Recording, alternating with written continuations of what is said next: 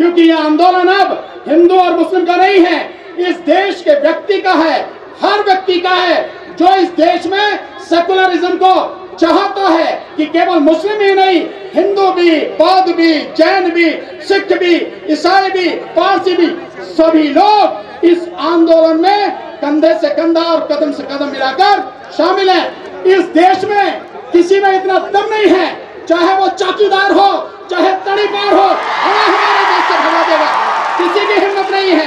ये देश हमारा था, हमारा है और हमारा रहेगा।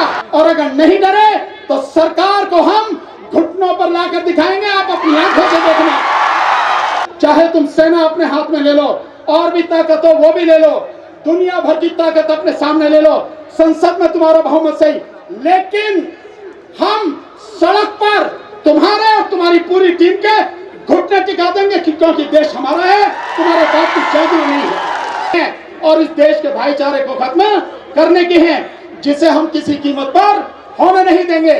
आप अगर देखें जो सीए के कानून है, उस सीए के कानून में सरकार कहती है कि अफगानिस्तान, बांग्लादेश और पाकिस्तान से आए हुए हिंदू, बौद्ध, जैन, ईसाई, सिख, पारसी, ये जो 6 धर्मों के लोग आए हैं, इनके साथ अगर धार्मिक अत्याचार हुआ है, उनको भारत में नागरिकता दी जाएगी।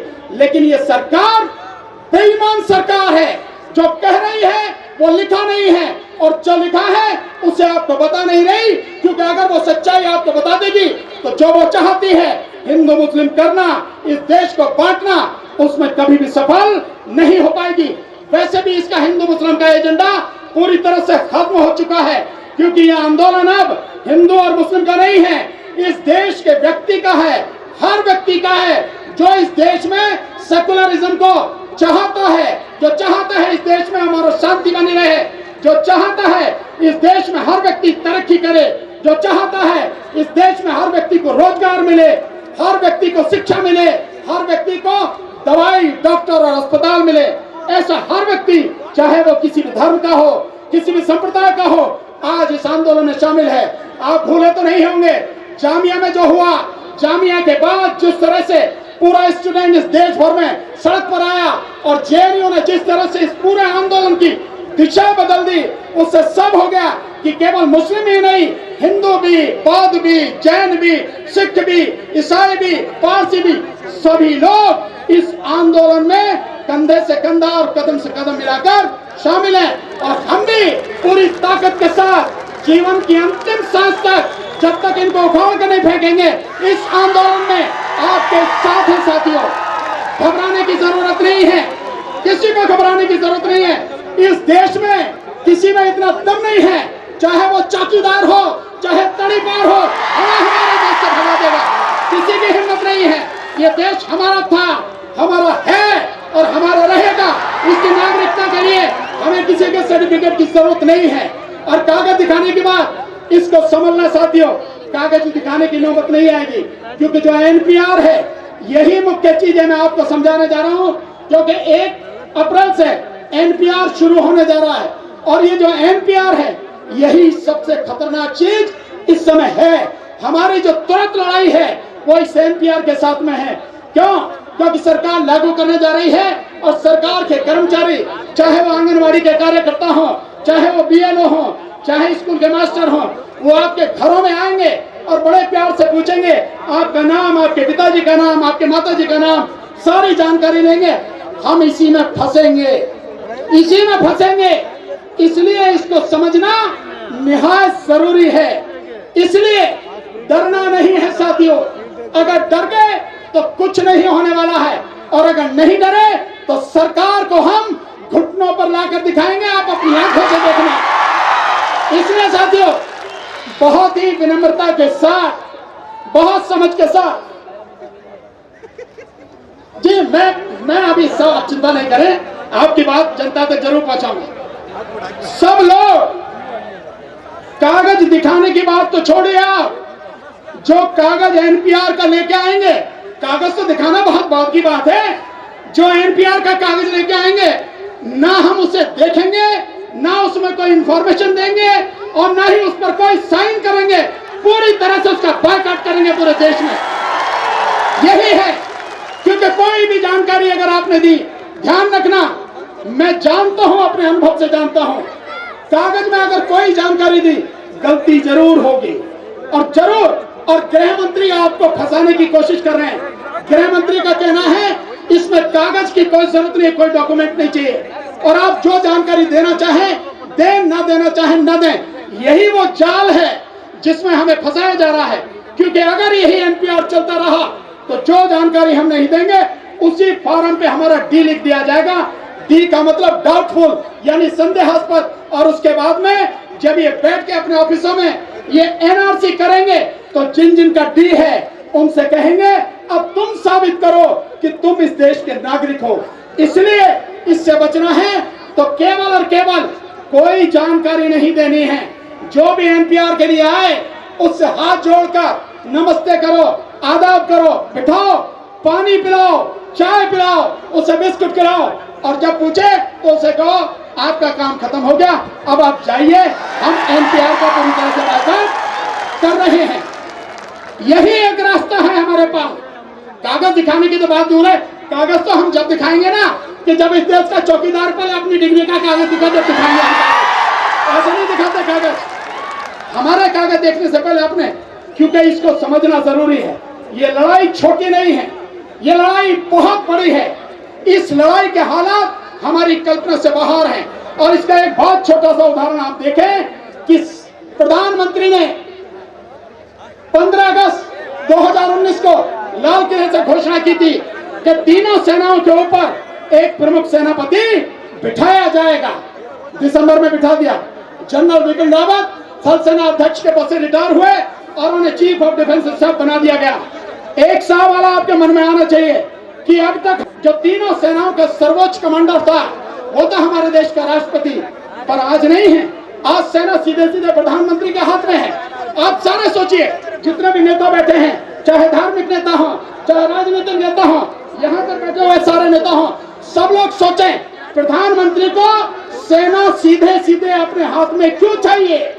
केवल और केवल सेना उस व्यक्ति को चाहिए जो इस देश का तानाशाह होता है, उसके अलावा किसी को नहीं।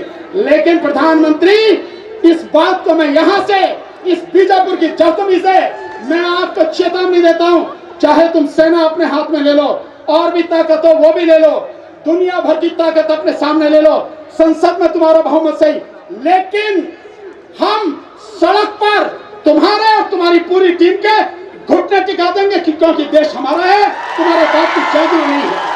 ये हमें समझना पड़ेगा साथियों। इस लड़ाई को समझो, क्योंकि लड़ाई केवल ये नहीं है, ये लड़ाई है हिंदू राष्ट्र की घोषणा, वो घोषणा जिसको मोहन भागवत कहते हैं 2024 में हिंदू राष्ट्र की घोषणा करेंगे। अगर 2024 में हिंदू राष्ट्र की घोषणा करेंगे तो आप मान लीजिए इस देश के संविधान को खत्म करके ही वो घोषणा करेंगे। संविधान के बिना नहीं कर सकते, और अगर इस देश का संविधान खत्म तो हमारे जितने भी अधिकार हैं वो खत्म। और जब मोहन भागवत कहते हैं इस देश में 130 करोड़ आबादी हिंदुओं की है, तो या क्या कहा जाए कि मोहन भागवत नासमझ हैं? नहीं, वो बहुत समझदार है। वो व्यक्ति जो एजेंडा हिंदू राष्ट्र का है, सीधी नजर उस पर है, और वो जानता है कि जिस समय हिंदू राष्ट्र की वो घोषणा करेंगे उनके पास सारी ताकत होंगी, क्योंकि सारी सरकारी अमला उन्होंने अपने कब्जे में ले लिया है। यहाँ तक कि यूपीएससी से जो सीधी भर्ती होती थी आईएएस की, वो सारी एक साइड में करके 400 अधिकारी आरएसएस के लोग डायरेक्ट भर्ती किए हैं, लगातार भर्ती किए जा रहे हैं। और वो लोग हैं जो आरएसएस के हैं, अलग अलग डिपार्टमेंट से हैं, और जिस लेवल पर भर्ती की जा रही है वो अवेलेबल है कि एक आईएएस अधिकारी 20 साल की नौकरी करने के बाद जिस लेवल पर पहुंचता है, जॉइंट सेक्रेटरी लेवल पर, उस लेवल पर सीधी भर्ती करी जा रही है, ताकि हर डिपार्टमेंट को अपने कब्जे में लिया जा सके। और जब ये लड़ाई लड़ी जाएगी, जब आर पार की बात होगी, उस समय वो सारे के सारे अधिकारी उनके लिए काम करेंगे, और आपकी कोई सुनने वाला कहीं भी किसी विभाग में होगा नहीं। इसलिए साथियों, इस चीज को समझना निहायत जरूरी है, क्योंकि हम चाहे या ना चाहें, जिस तरह से सरकार काम कर रही है, एक एक करके वो देश को गृह युद्ध की तरफ ढकेल रही है। और आपकी और हमारी सबसे बड़ी दिक्कत यह है कि संसद में तो मैं मानता हूं बीजेपी का बहुमत है, 350 सीटें उनके पास हैं। राज्यसभा में क्या है? राज्यसभा में तो कोई बहुमत नहीं उनका। राज्यसभा में जो विपक्ष के लोग हैं, क्या कर रहे हैं वो विपक्ष के लोग? कैसे पास हो गया ऐसी एक कानून?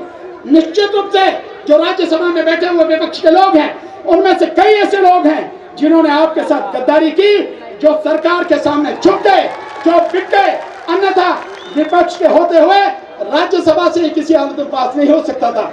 इसलिए विपक्ष नहीं है, कोई नेता नहीं है, आप ही विपक्ष हैं, आपकी लड़ाई है। आप ही को अपनी ये लड़ाई लड़नी पड़ेगी और जीतनी पड़ेगी। ये इस देश का सवाल है, हमारे बच्चों के भविष्य का सवाल है। आखिरी बात, एक बात कहकर खत्म करूंगा। साथियों, कोई अदालत आपके साथ नहीं है। आप समझ रहे क्या सुप्रीम कोर्ट? कोई सुप्रीम कोर्ट न्याय करने के लिए नहीं बैठी। अनुच्छेद 370 में क्या न्याय किया? 6 महीने बाद भी अभी तक पिटीशन पड़ा है, सुनवाई नहीं। 80 लाख लोगों को कैद करके रखा हुआ है, आज तक सुनवाई नहीं है कोई भी। इसके अलावा ये जो पिटीशन फाइल हुआ सीएए के विषय में, क्या दिक्कत थी सुप्रीम कोर्ट को? 1 महीने में सुनवाई करके खत्म करना था।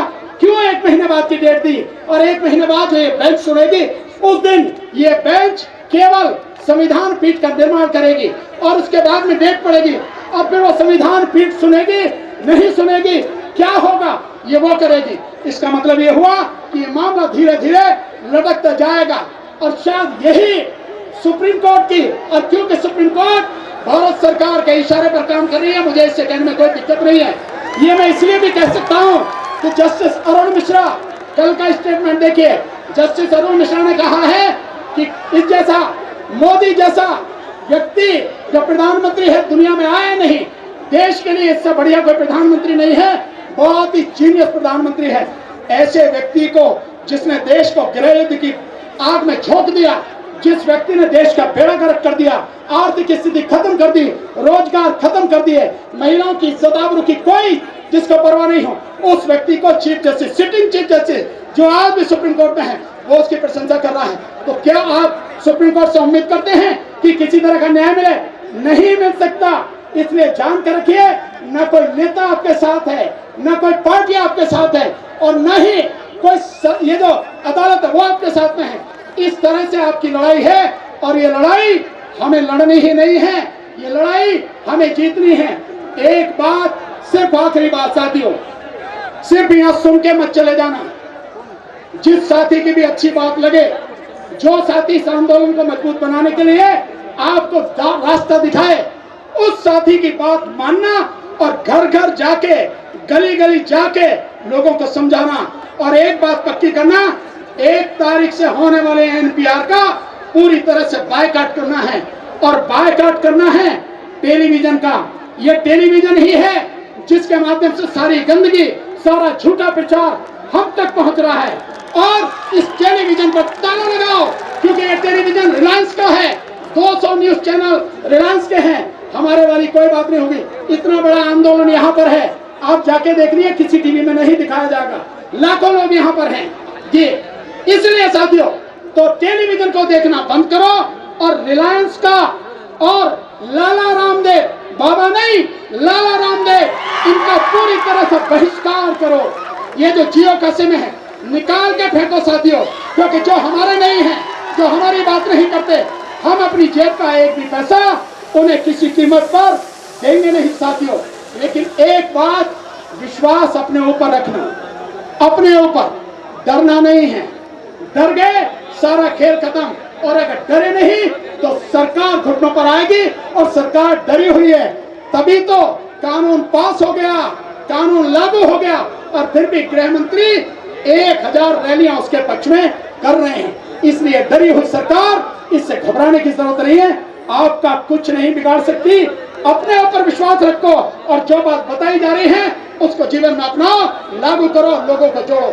मुझे समय दिया, यहाँ की जो यहाँ की बीजापुर की जो जॉइंट एक्शन कमेटी है, उन सभी का दिल से बहुत बहुत शुक्रिया। आप सभी का शुक्रिया, मुझे समय दिया, सुना मुझे ध्यान से। और आप ध्यान रखिए, हम ये लड़ाई इसी तरह से लगातार लड़ते रहेंगे। किसी में दम नहीं जो हमें डरा सके या हमें खरीद सके साथियों। बहुत बहुत शुक्रिया। जय भीम, नमो बुद्धाय, आदाब, सत श्री अकाल, नमस्कार। आपकी सुविधा के लिए हमने बनाया बी न्यूज़ नेशन ऐप, जो आप गूगल प्ले स्टोर में जाकर डाउनलोड कर सकते हैं। इस ऐप में वीडियो न्यूज़ देखने के साथ साथ आप देश भर की न्यूज़ पढ़ भी सकते हैं, कन्नड़ा और उर्दू ज़बान में। तो जाइए प्ले स्टोर में और अभी भी न्यूज़ नेशन ऐप को डाउनलोड कीजिए देश भर की खबरों को देखने के लिए।